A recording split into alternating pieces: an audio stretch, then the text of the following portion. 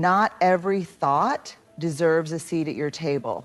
Our minds are like over-enthusiastic radio stations, broadcasting every fear, doubt, and criticism on full volume. And if we're not careful, we start believing these thoughts as if they're gospel truth.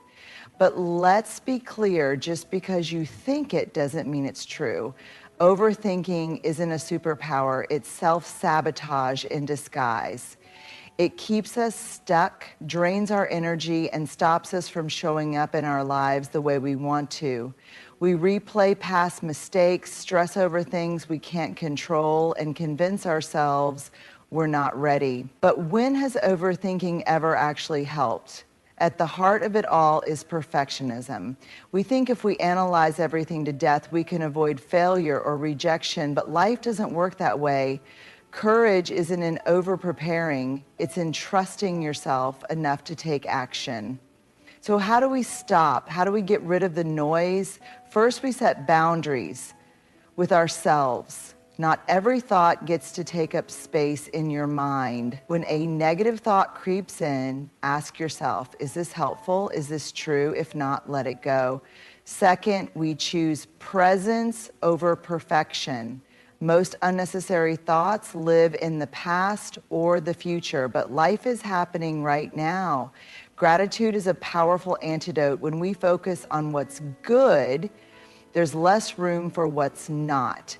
Lastly, we remember that bravery isn't about never doubting yourself. It's about moving forward despite the doubt. So take a deep breath, clear the mental clutter, and make room for the thoughts that actually serve you. Your mind is your home. Don't let unnecessary thoughts clutter it.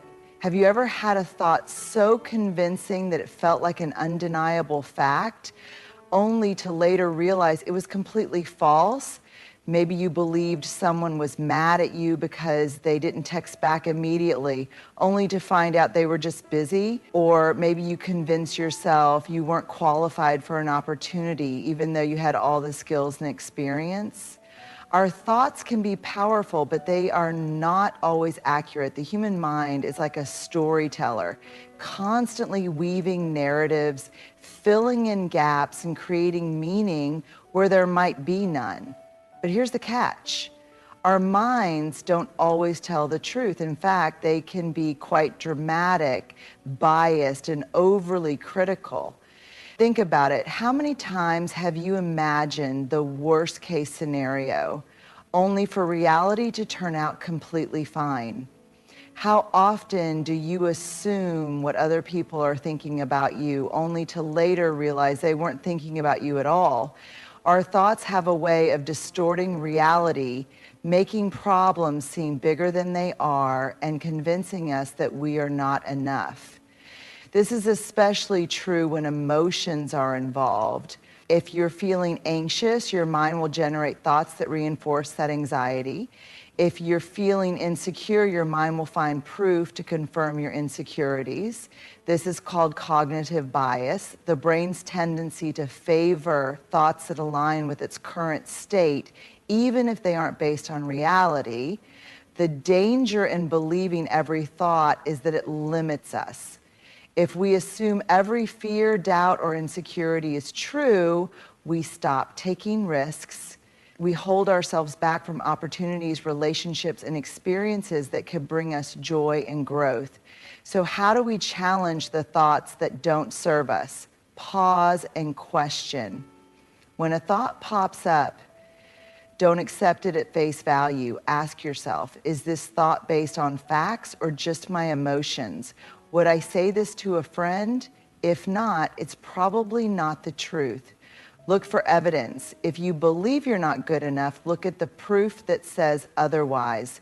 Recall moments where you succeeded, where you made an impact, where you showed up for yourself. Shift your focus. Instead of obsessing over negative thoughts, redirect your attention to something more constructive. What can you learn? What action can you take? Practice self-compassion. Not every thought deserves to be believed, but every thought can be met with kindness. Instead of beating yourself up, remind yourself, I am human and not every thought defines me. The key to mental freedom is realizing that your thoughts are just that, thoughts. They are not prophecies, they are not absolute truths, and most importantly, they do not have to dictate your life. Imagine this, you have a big decision to make. Maybe it's applying for a new job, starting a relationship, or taking on a new challenge. You start weighing the pros and cons, thinking through every possible outcome, considering every worst-case scenario. At first, this seems responsible. After all, careful thinking is a good thing, right? But then the thinking doesn't stop. You start imagining all the ways it could go wrong. What if I fail? What if they reject me? What if I embarrass myself? The longer you think, the more doubts creep in. Suddenly, the decision that once excited you now feels overwhelming. Instead of taking action, you stay stuck, paralyzed by your own thoughts. This is the trap of overthinking. It disguises itself as preparation, logic, and responsibility, but in reality, it's just fear in disguise. It's not about being careful, it's about being afraid to make the wrong move. And when fear drives your thinking, it leads to self-sabotage. Why? Overthinking holds you back. It creates problems that don't exist. Overthinking often means inventing issues that aren't even real. Maybe you hesitate to speak up in a meeting because you think people will judge your ideas. In reality, no one is thinking about you that much. They're too busy worrying about themselves. But in your mind, you've already convinced yourself that you'll sound foolish, so you stay silent. It wastes time and energy. The more you think, the less you do. Overthinking drains your mental energy, leaving you exhausted before you've even taken action. You spend so much time analyzing how to do something perfectly that you never actually do it. Instead of making progress, you stay stuck in a loop of doubt and hesitation. It lowers your confidence. The longer you overthink a decision, the more uncertain you become. Even if you were initially excited, overanalyzing can make you doubt yourself. You start asking, am I really capable of this? What if I'm not good enough? This self-doubt chips away at your confidence and keeps you from stepping into your full potential. It prevents growth. Life is about learning through action, not just thinking. Every time you overthink and hesitate, you rob yourself of an opportunity to grow.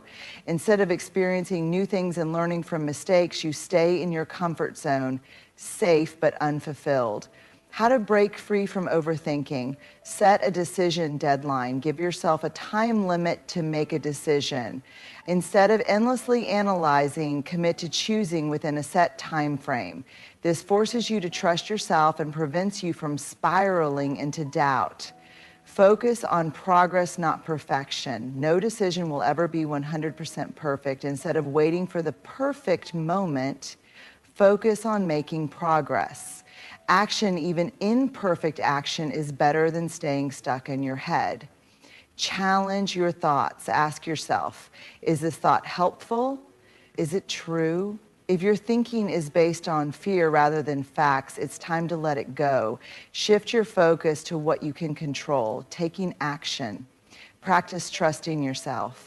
You don't need to have all the answers before you start. Confidence comes from doing, not from thinking. The more you trust yourself to figure things out along the way, the less you'll feel the need to overanalyze every step. Take small actions. The best way to silence overthinking is to take action. Even a small step forward can break the cycle of mental paralysis.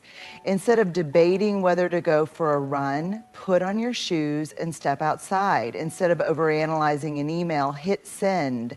The more you practice taking action, the easier it becomes. Perfectionism is often mistaken for a positive trait, something that helps us achieve excellence and push ourselves towards success.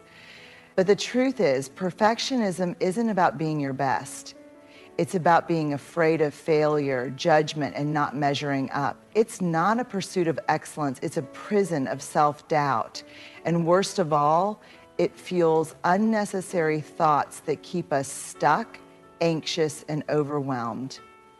The perfectionism trap creates an endless cycle of overthinking, self-criticism, and fear-based decision-making. Instead of focusing on progress, we obsess over avoiding mistakes. Instead of celebrating our wins, we fixate on what wasn't good enough. And instead of taking action, we delay, waiting for the perfect moment that never comes. Think about it. How many times have you rewritten an email 10 times before hitting send? How often have you held back from sharing your ideas because they weren't perfect? How many goals have you abandoned because you felt like you weren't ready yet? Perfectionism convinces us that if we just think harder, plan more, and refine every tiny detail, we can control the outcome. But here's the truth. No amount of overthinking will ever eliminate uncertainty. Life is messy, unpredictable, and beautifully imperfect. The more we chase perfection, the more unnecessary thoughts flood our minds, telling us we're not ready, not worthy, or not good enough. How perfectionism fuels unnecessary thoughts. It creates self-doubt. Perfectionism makes us believe that our worth is tied to flawless performance. If we don't meet impossible standards, we label ourselves as failures. This constant pressure creates unnecessary thoughts of, what if I'm not good enough? What if they think I'm a fraud? Thoughts that do nothing but hold us back. It leads to overanalyzing and procrastination. Perfectionists often struggle with decision-making because they fear making the wrong choice. Instead of taking action, they overanalyze every possible scenario. This leads to procrastination disguised as, I just need more time to get it right. But perfectionism doesn't lead to better results. It leads to stress, indecision, and missed opportunities. It traps us in fear of failure. Failure is a natural part of learning and growth. But for perfectionists, failure feels unbearable, like a reflection of personal inadequacy. This fear fuels thoughts like, I can't afford to make a mistake, or if I don't succeed, I'll never recover. Instead of seeing failure as feedback, we see it as proof that we're not enough. It prevents us from enjoying the process. Perfectionism shifts our focus away from growth and toward impossible expectations. Instead of appreciating our journey, we obsess over every misstep. Even when we achieve something great, our minds immediately jump to how it could have been better. These unnecessary thoughts steal our joy and keep us from celebrating our progress. How to overcome perfectionism and silence unnecessary thoughts. Redefine success. Success isn't about being perfect. It's about learning, growing, and taking action despite uncertainty. Shift your mindset from, I must do this perfectly, to, I will do my best. Learn from it and keep moving forward. Embrace good enough. Perfection is an illusion. Most of the time, good enough is exactly what's needed. Instead of obsessing over tiny details, ask yourself, would this still be valuable even if it's not perfect? More often than not, the answer is yes. Focus on progress, not perfection. Instead of aiming for flawless execution, aim for steady improvement. Celebrate small wins, acknowledge your effort, and remind yourself that mistakes are stepping stones, not roadblocks. Limit overthinking by setting deadlines. If you struggle with perfectionism, you probably spend too much time second-guessing yourself. Set time limits for decisions, projects, and tasks. For example, instead of tweaking a presentation for hours, give yourself a strict 1-hour window. This forces you to trust your instincts and move forward. Reframe failure as feedback. Every mistake is a lesson, not a reflection of your worth. When you feel yourself spiraling into unnecessary thoughts, ask, what can I learn from this? Instead of seeing failure as an endpoint, see it as part of the process. Practice self-compassion. You are human, you will make mistakes, and that's okay. Speak to yourself the way you would speak to a friend, with kindness, encouragement, and understanding. When unnecessary thoughts creep in, replace them with self-compassion. I am doing my best, and that is enough. Final thought, perfectionism is a thief. Perfectionism steals your time, your energy, and your peace of mind. It convinces you that you must be flawless to be worthy, but the truth is, your value is not measured by how perfect you are. It's measured by your courage to show up, take action, and keep going, imperfections and all. So let go of the unnecessary thoughts, let go of the need to be perfect, and start embracing the beautifully imperfect, real, and authentic version of yourself. That's where true success and true freedom begins. We often think of courage as something loud and heroic, standing up to adversity, fighting against the odds, making bold, fearless moves. But real courage, the kind that transforms your life, it's quieter than that. It's not always about pushing forward, it's about knowing when to let go. Letting go is one of the hardest things we can do. It feels unnatural, almost like we're giving up. But in reality, letting go is not about losing. It's about making space for something new. It's about releasing what no longer serves you, old fears, toxic relationships, perfectionism, regret, unrealistic expectations, so that you can step into a life that is lighter, freer, and more authentic. But here's the catch. Letting go requires trust. It requires trusting that you don't need to hold on to every thought, every doubt, every past mistake to be safe. It requires trusting that you are enough, even without the things you've been clinging to. And most of all, it requires the kind of courage that whispers, you can move forward, even if you don't have all the answers. Why letting go is so hard. If letting go was easy, we'd all be doing it. But most of us struggle because of three things. Fear of the unknown. We hold on to things even when they hurt us because they feel familiar. Even pain can feel safer than uncertainty, but growth lives in the unknown, not in what's comfortable. The illusion of control. We convince ourselves that if we just hold on a little longer, if we replay that conversation in our heads, if we overthink every outcome, if we keep trying to fix what's broken, we can change things. But control is an illusion. The only thing we ever truly control is ourselves.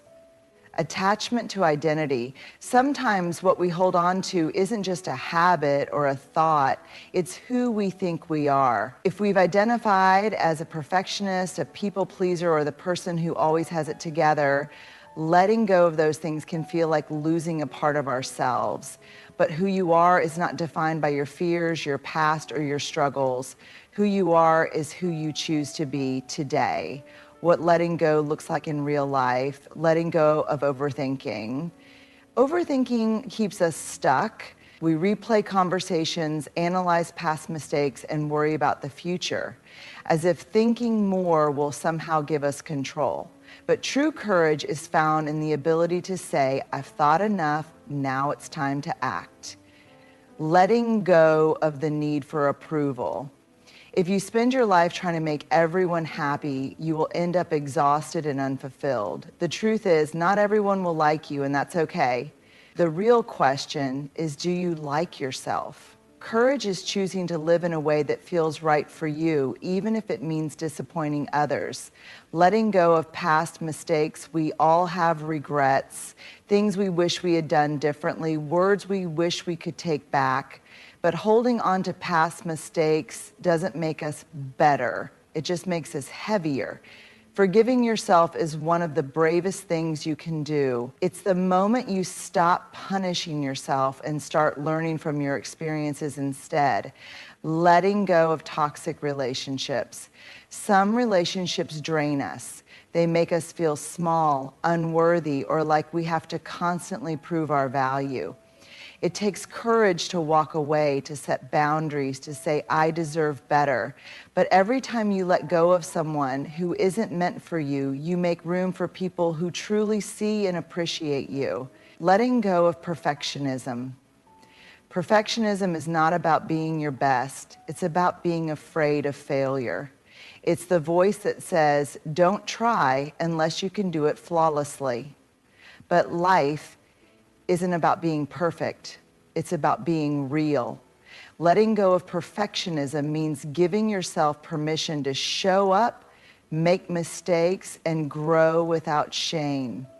How to build the courage to let go. Acknowledge what's holding you back. What are you afraid of? What are you clinging to and why? Awareness is the first step toward change.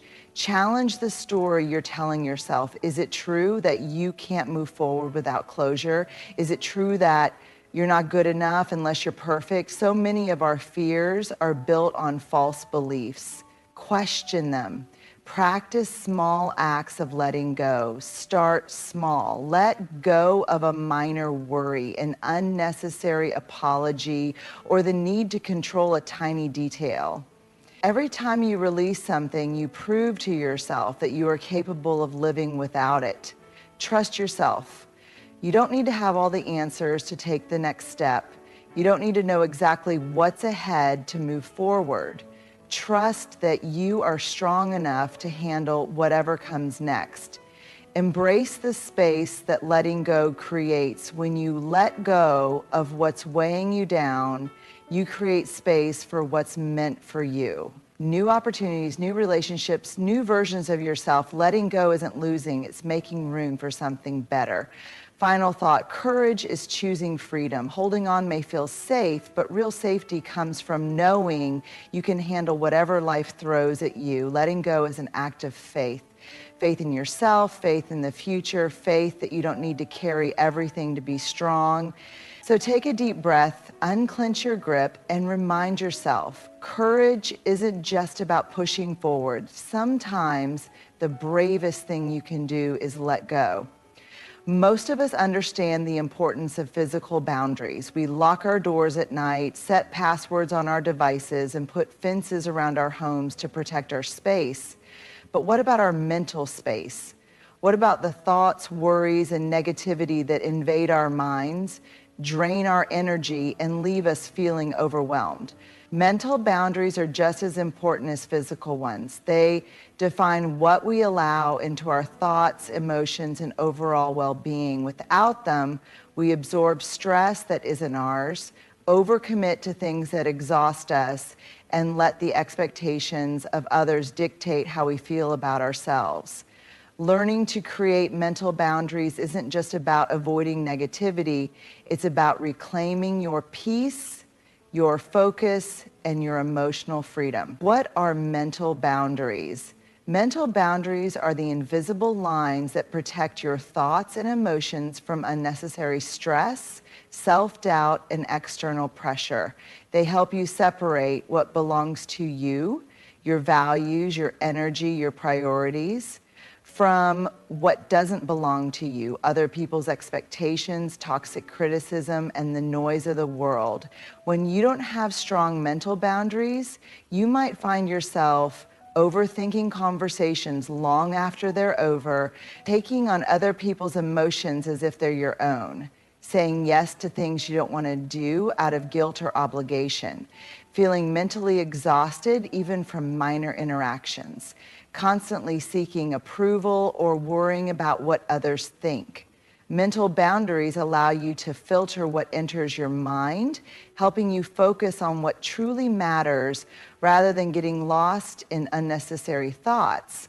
Why mental boundaries matter? 1, they protect your mental energy.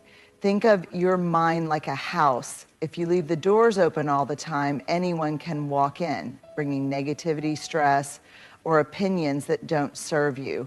But when you set boundaries, you decide who and what gets to enter. This means being intentional about the thoughts you entertain, the conversations you engage in, and the emotions you absorb. 2, they reduce overthinking and anxiety. Without mental boundaries, it's easy to get trapped in overanalyzing every situation. You replay mistakes, worry about things outside your control, and let self-doubt take over. By setting mental boundaries, you can recognize when your thoughts are spiraling and shift your focus to what is actually important. 3, they help you say no without guilt. Many people struggle with setting boundaries because they don't want to disappoint others, but constantly saying yes when you want to say no leads to burnout and resentment. Creating mental boundaries means understanding that you are not responsible for managing other people's feelings at the expense of your own well-being. 4. Improve relationships. Healthy boundaries don't push people away. They bring clarity to your relationships. They help you communicate what you need, what you're comfortable with, and what you will not tolerate. This allows for deeper, more authentic connections based on mutual respect rather than guilt or obligation. How to build strong mental boundaries. 1. Be mindful of what you consume. Your mental space is influenced by what you expose yourself to. Social media, news, conversations, and even your own inner dialogue. Ask yourself, is this information helping me grow or is it draining me? Am I consuming content that makes me feel inspired or insecure? Do I need to take a break from certain influences? Protecting your mind means curating what you allow in. Limit exposure to negativity, toxic people, and fear-based media. Choose thoughts, books, and conversations that uplift you instead. 2, recognize what's yours and what's not. A huge part of mental boundaries is understanding what belongs to you and what doesn't. Someone's bad mood, not yours to fix. Other people's opinions of you, not your responsibility. Unsolicited criticism, not something you have to accept. When you feel overwhelmed, ask yourself, is this my burden to carry? If not, let it go. 3, stop over-explaining yourself. You don't owe everyone an explanation for your decisions. If you don't want to go to an event, you don't have to justify it with a long excuse. If you need time alone, you don't have to convince anyone why. A simple, no, that doesn't work for me is enough. Over-explaining often stems from a fear of disapproval, but true mental freedom comes from standing firm in your choices without seeking validation. 4, practice saying no without apologizing. Many people struggle with boundaries because they fear disappointing others, but constantly putting other people's needs above your own will leave you drained. A simple, no, I can't do that is a complete sentence. You don't have to apologize for protecting your time and energy. 5, limit your emotional availability. Not everyone deserves unlimited access to your energy. If you find yourself constantly absorbing other people's problems, it may be time to set emotional boundaries. It's okay to listen without taking on someone else's stress. It's okay to step away from draining conversations. It's okay to prioritize your mental well-being over other people's demands. Being there for others is important, but not at the expense of your own peace. 6, set a mental curfew. Your mind needs rest just like your body. If you're constantly thinking about work, relationships, or responsibilities late into the night, it's time to set a mental curfew. Avoid stressful conversations before bed. Set a time to stop checking emails or social media. Practice mindfulness to quiet your thoughts. Creating a cutoff time for mental stress helps you wake up refreshed instead of exhausted from overthinking. 7, reframe guilt as a sign of growth. If you're not used to setting mental boundaries, you might feel guilty at first. That's normal. But guilt doesn't mean you're doing something wrong. It means you're breaking old patterns. Remind yourself, taking care of my mental health is not selfish. Saying no to what drains me means saying yes to what fulfills me. Final thought, protect your peace. Your mind is your most valuable space. If you don't set boundaries, the world will fill it with distractions, negativity, and pressures that don't belong to you. But when you take control, when you decide what you allow in, what you release, and what truly deserves your energy, you reclaim your power. So take a deep breath, stand firm, and remember, creating mental boundaries isn't about shutting the world out. It's about letting the right things in. In a world that constantly demands our attention, our minds are rarely quiet. We're bombarded with notifications, responsibilities, expectations, and an endless stream of thoughts, some useful, but most unnecessary. The noise of self-doubt, comparison, regret, and worry fills our mental space until we feel overwhelmed and disconnected from what truly matters. But here's the truth. You have the power to silence the noise. And two of the most powerful tools for doing so are gratitude and presence. Gratitude shifts your focus from what's missing to what's already here. Presence grounds you in the moment, stopping your mind from racing ahead to the future or dwelling on the past. Together, they create a sense of clarity and peace, allowing you to experience life without the constant chatter of unnecessary thoughts. Why the mind is so noisy. Before we talk about how gratitude and presence can quiet the mind, we need to understand why our thoughts get so loud in the first place. We live in a culture of more. Society conditions us to believe that we are always one step away from happiness. I'll be happy when I get that promotion. I'll feel confident once I lose weight. I'll finally relax when I have more money. This mindset creates mental noise because it convinces us that right now is never enough. We become trapped in a cycle of chasing the next thing, never fully appreciating what we already have. 2, we overthink everything. Our brains love to analyze. We replay past mistakes, worry about what others think, and imagine worst-case scenario. Overthinking creates unnecessary stress, making it hard to focus on the present moment. 3. We compare ourselves constantly. Social media and modern culture have made comparison an unavoidable part of daily life. We see carefully curated highlights of other people's lives and assume we're falling behind. This fuels thoughts like, why am I not as successful? Why does their life look so perfect? Am I doing enough? Comparison robs us of peace because it shifts our focus to what we lack rather than what we have. How gratitude silences the noise. Gratitude is more than just saying thank you. It's a mindset shift, a conscious decision to focus on what's good in your life instead of what's missing. When you focus on gratitude, shifts your perspective.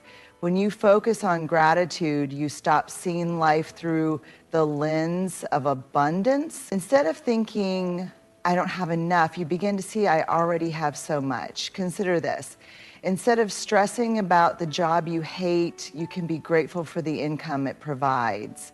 Instead of worrying about aging, you can be grateful for the wisdom that comes with it. Instead of focusing on what's wrong in your life, you can acknowledge what's going right. Gratitude doesn't mean ignoring hardships. It means not letting them consume you. 2, gratitude helps you stop overthinking. When you're truly grateful for the moment, you don't need to overanalyze it. You don't need to question if you're doing enough or if something bad is around the corner. Gratitude brings trust. The trust that right now, in this moment, you have everything you need. 3, the gratitude makes comparison irrelevant.